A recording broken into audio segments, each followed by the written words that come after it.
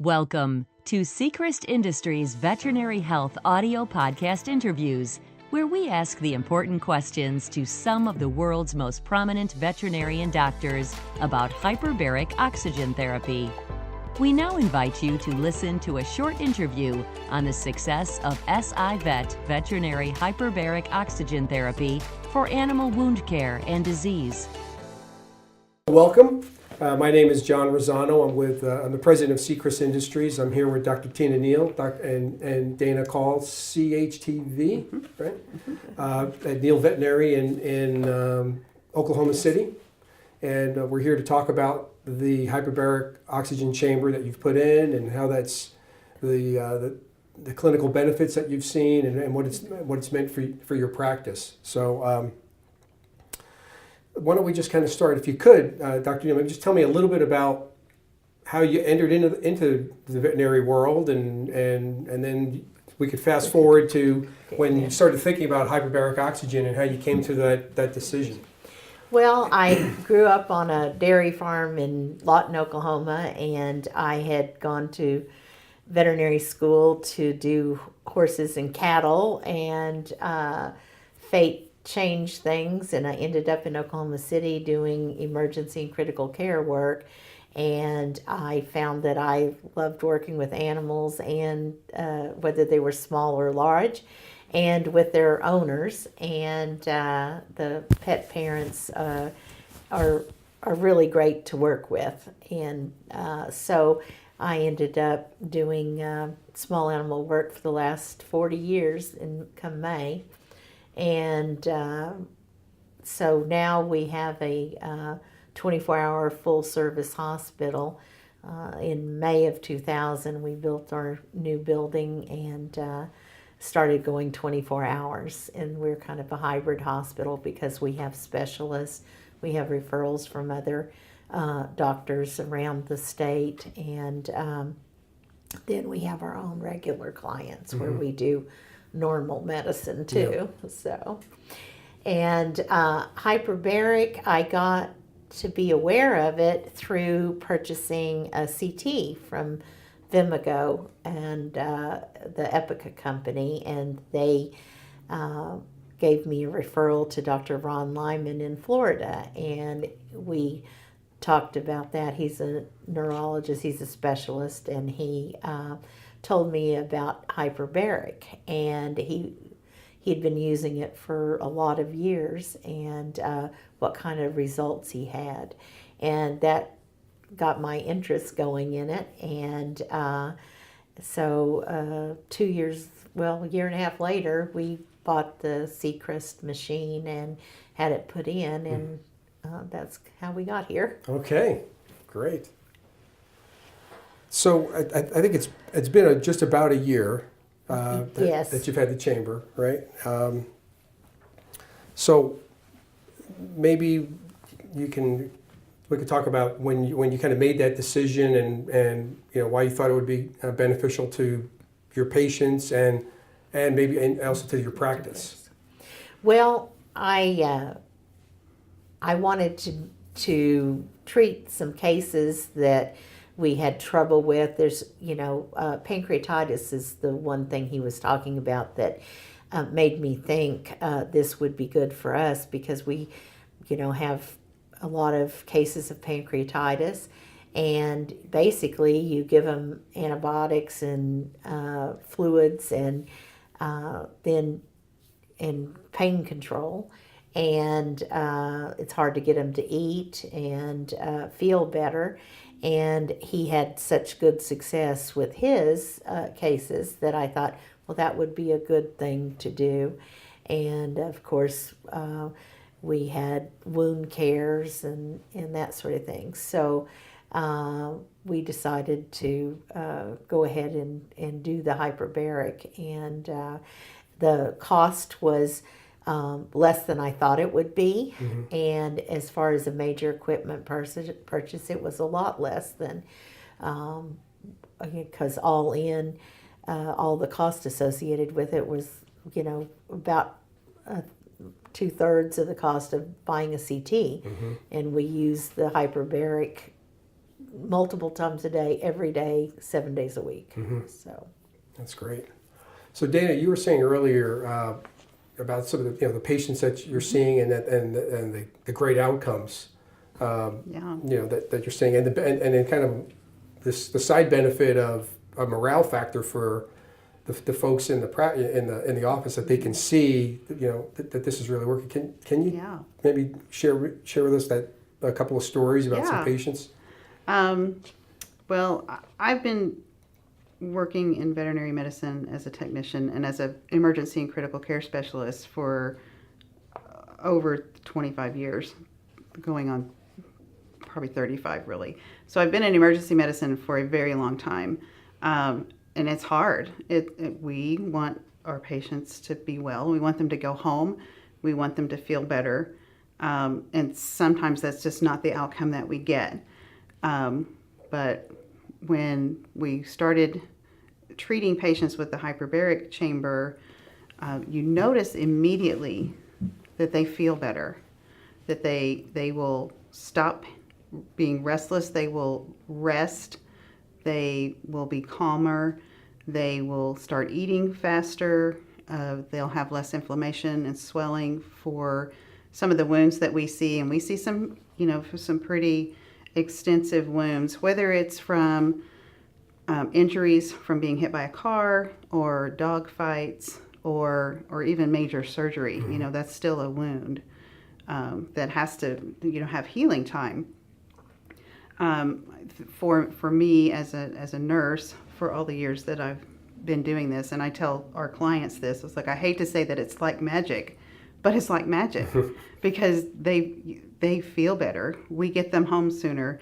They're always going to do better at home. So if we can get over the medical hurdles quicker and get them home, they're going to be happier and continue that healing process at home. Yeah. But yes, it's really nice to see when we had a burn victim. He was significantly burned in a house fire.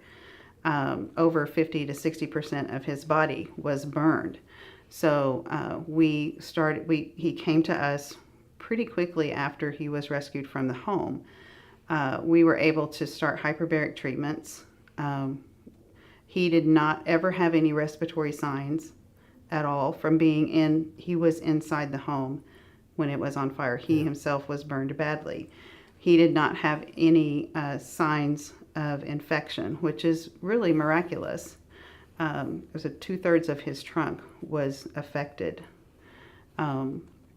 We ended up doing about 40 hyperbaric treatments on him, and pain management and hydrotherapy, and that was all that we needed to do to manage him. We didn't have to bandage him. We didn't have to put ointments or things on him.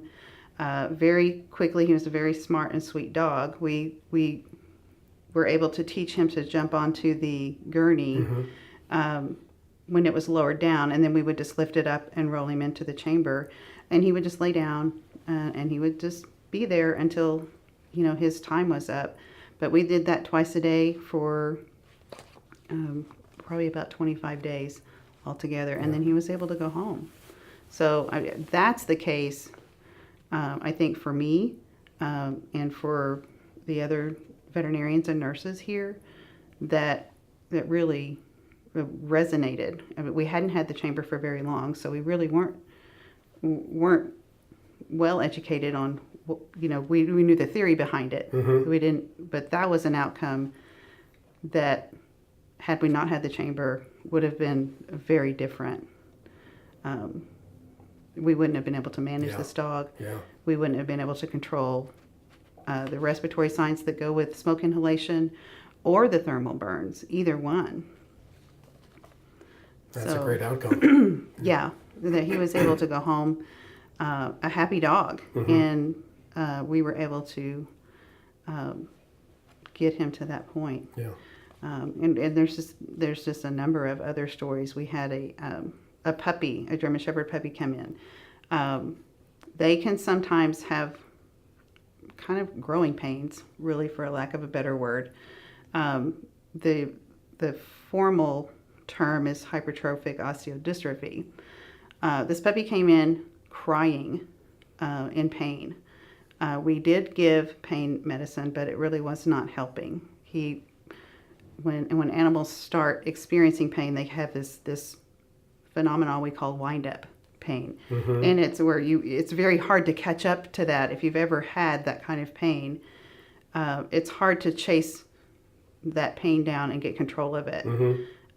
It takes longer, it takes more medication, and all of those things. So we put the puppy in the hyperbaric chamber, and within 10 minutes of being in the chamber, he stopped crying. And within another 10 minutes, he was laying down and resting. So when he came out of the chamber, he wasn't crying anymore, and he was able to sleep and rest and be comfortable.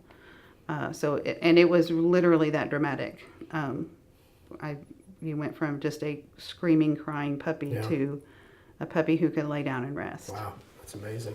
Yeah. Thanks for that. You're welcome. Dr. Neel, you said something interesting too when you were talking about the cost of the equipment, and relative to other pieces of equipment, it's fairly inexpensive. And how did you find the whole process of ordering it and getting it installed? You know, we've kind of heard myths that, well, it's a big capital investment, it's complicated, and how did that process work for you from just the logistics standpoint? Actually, it was not too bad at all. The situation was that Sechrist helped us a lot. They were very helpful in the planning of it, and Dr. Ron Lyman also. And so we had kind of a package deal to where we got information from Dr. Lyman. He worked with our draftsman, and then Sechrist set us up with the gas people to change over, and we changed our whole hospital over to liquid oxygen, which is about a third the cost of regular oxygen. So there are some expenses associated with that. In fact, the expense of getting all that done was about the same cost as the hyperbaric chamber. So we had about maybe $170,000 invested in it.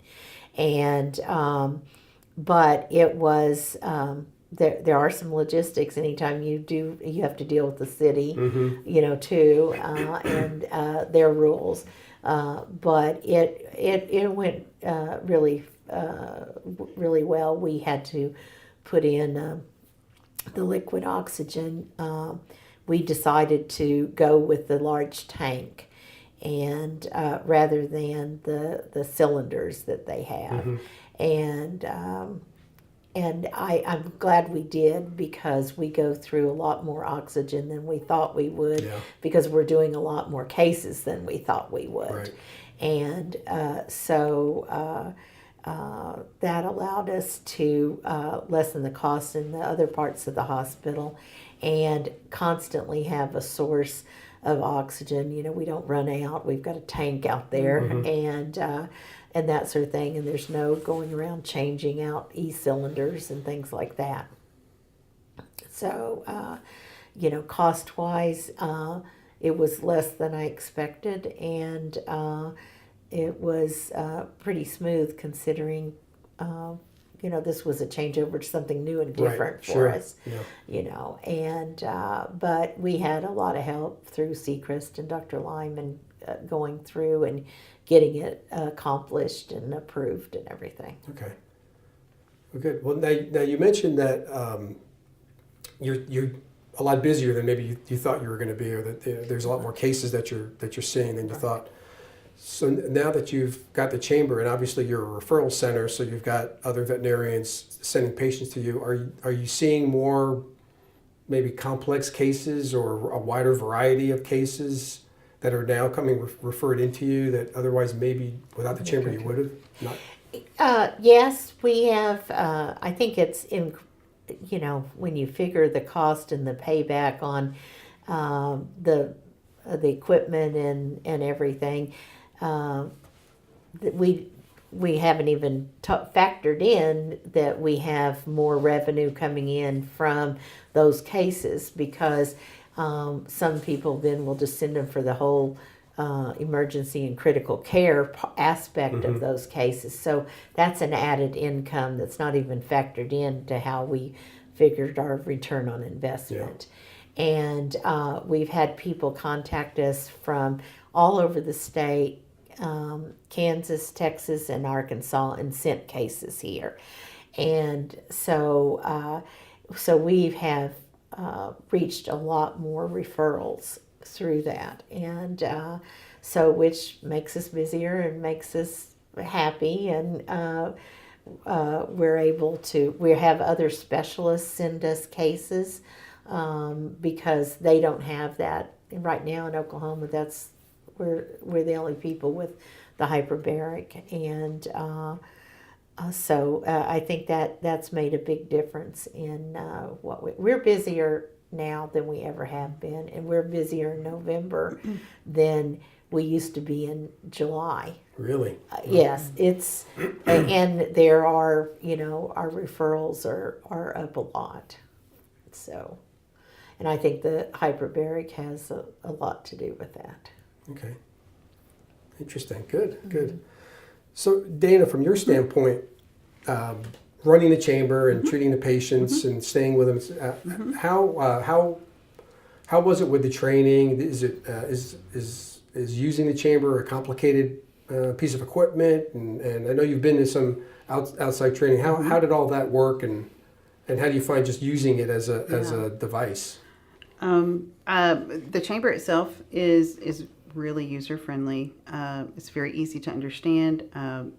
We did go, Cassie Womack, who's the other hyperbaric chamber nurse here, we did go to some pretty extensive training to learn a lot about the physics behind it and how it started, and the things that they treat for.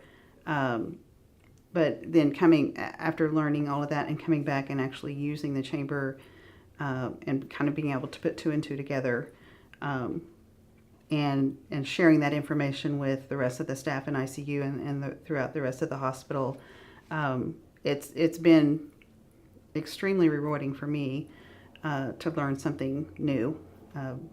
That's what makes my job great. It's what always has made it great, is I learn something new all the time. Yeah.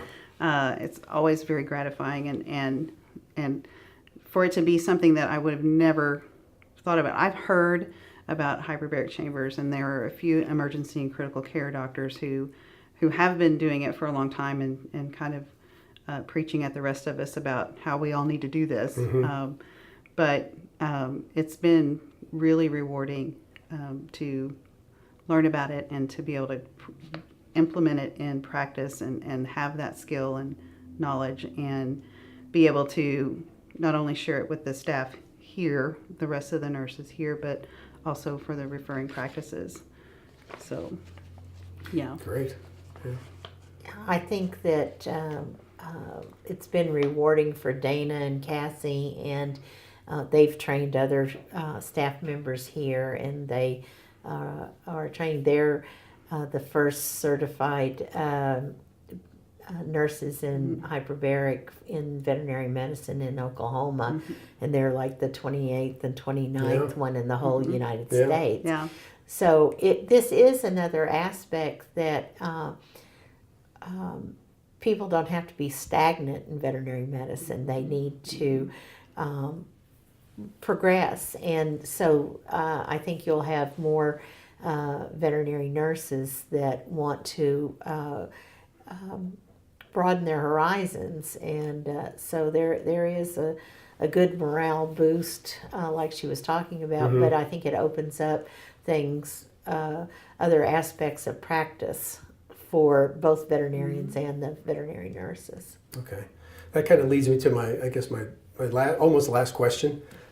So if you were speaking to a veterinarian who was sort of contemplating maybe adding this therapy to their practice, not really sure if they should do it or not, or maybe compare to something else, what would you say to them? I I would say, one, you don't have to be a referral practice to do this. You can get referrals for hyperbaric, because right now, in the beginning stages of it in veterinary medicine, there's not many around. Yeah. And so that would be an added bonus to your practice. I don't think you have to just sit down and think, how many cases am I going to use for my own practice? Because if you go do a little marketing to your fellow veterinarians, there are people that are not going to want to do this, but want to help their patients do better. And you could develop a referral that is going to be a while before they're going to be in every practice, Right, you know. right.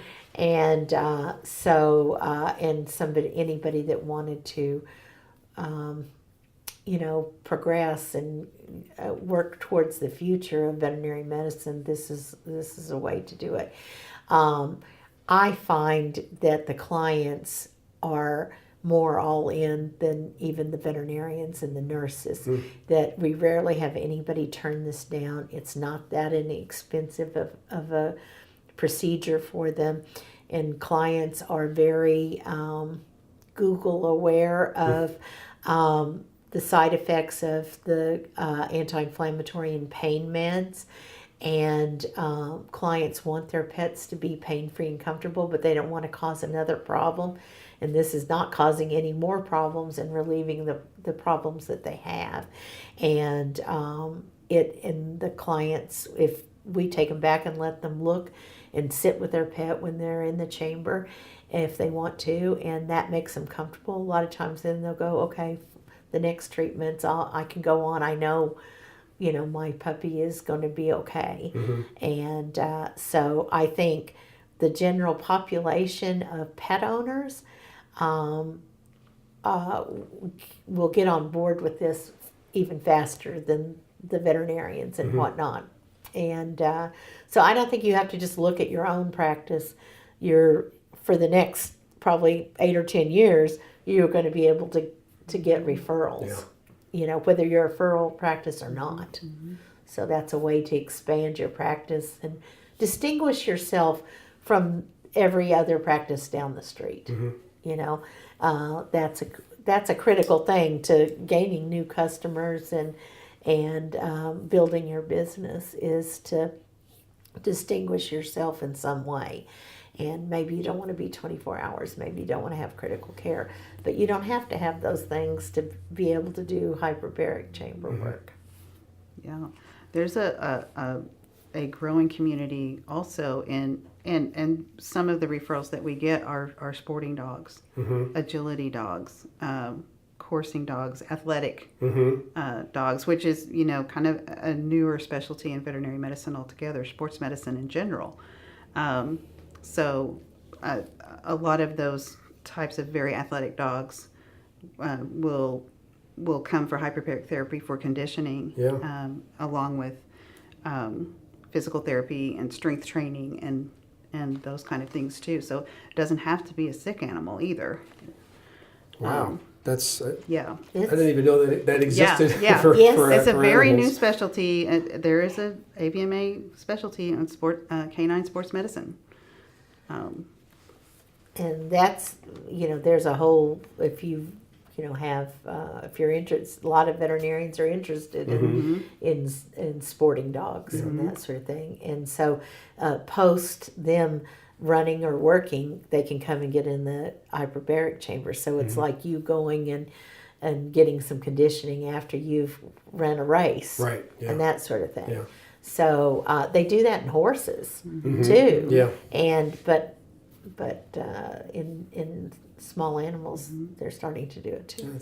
That's interesting. That's really interesting. So. It's got lots and lots of opportunities. Lots of them. You just have to not think in the box all the time. So you look at the potential of it, and then there's something to be said for doing something new and different, and it's emotionally rewarding, I think. Sure. Yeah. If you're going to give rabies shots for 40 years, I wouldn't have liked doing that. Right. And that's my practice life has just been growing and I think you get less burnout Oh, in yeah. that way. Absolutely. If you don't get stagnant. So I think anybody that's looking for, I want to make my practice life happier, this is another way. It's happy for the clients, it's happy for the pets, and it can be happy for the veterinarians and their staff. It's a happy thing. Yeah, that's great. Yeah. Well, that's what you were saying earlier, that these are good outcomes. Yeah. You know, this is as opposed to other pieces of equipment that you've got that usually you can have to convey bad news. Right. Here it's either neutral or Right. it's Yeah. good news. The worst Yeah. case is it's neutral, Yeah. but 98% of the time it's a positive, Yeah. and you don't have to go in and deliver, your dog's got cancer. You can say, well, your dog has cancer, but we're going to work on pain control Right. and that sort of thing. Yeah. But so you just don't, it's all a positive. And that's when we're surrounded by death, dying, and sickness, and so I think it's a happy thing. So Great. Well, thanks so much for your time, for both of you, Dana, Dr. Neel. I really appreciate you guys carving some time out to spend with us and give us a tour of your facility. It's amazing here. So It's pretty cool. yeah, it's different. Well, we really appreciate the opportunity to help spread the word, Yeah. and we appreciate all the help that Sechrist did with us, and Barry, he's a number one, and Matt, we had really good. We just pick up the phone. that's good. That's And, good to know. so it's not we don't have to drag out and complain. That's another very positive experience. So Good. Thank So you so last much. question: Cowboys or Sooners? Cowboys, Cowboys all the Okay. way. go Popes! Just Fist checking. bumps firing. Don't want to get in trouble here. Yeah. Right. Yeah. All right. Well, Yeah, thanks very thank you. much. You're welcome. Appreciate it. Yeah. To find out more about Sechrist Veterinary Health full line of veterinary hyperbaric products, please visit us at www.sivethealth.com. Our team is standing by to serve you.